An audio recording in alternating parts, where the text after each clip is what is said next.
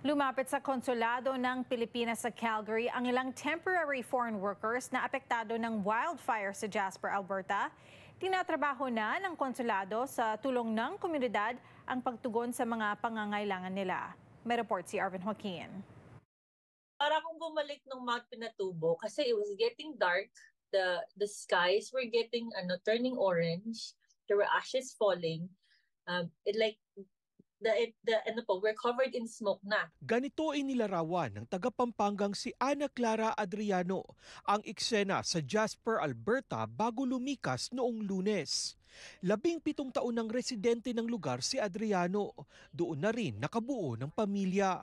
Bukas daw siyang tinanggap ng komunidad sa Jasper, kaya binabalik niya ito sa mga pagkakataong kaya niya.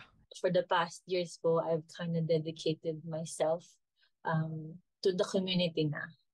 Volunteering sa mga community dinners, sa mga Filipino, like everything. So this is sobrang malaking part po ang Jasper sa akin and the Filipino community talaga.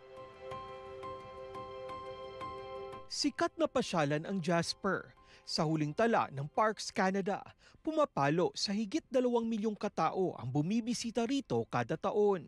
Tahanan din ang lugar ng higit kumulang 400 Pilipino.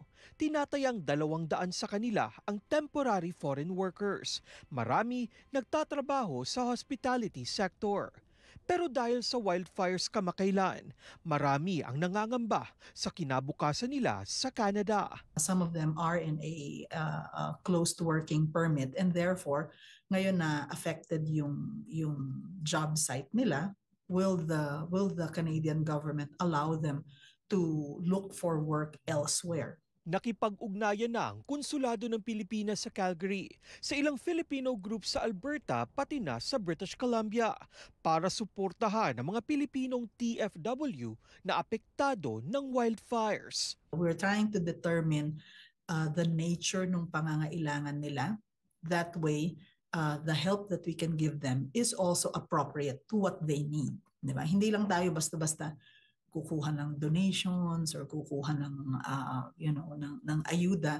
What is important is malaman muna natin kung ano ba talaga yung mga specific needs nila. Binubuo ng konsulado at mga grupo ngayon ang isang resource para sa mga Pilipinong naapektuhan ng wildfires, pati na sa mga taong gustong tumulong sa kanila.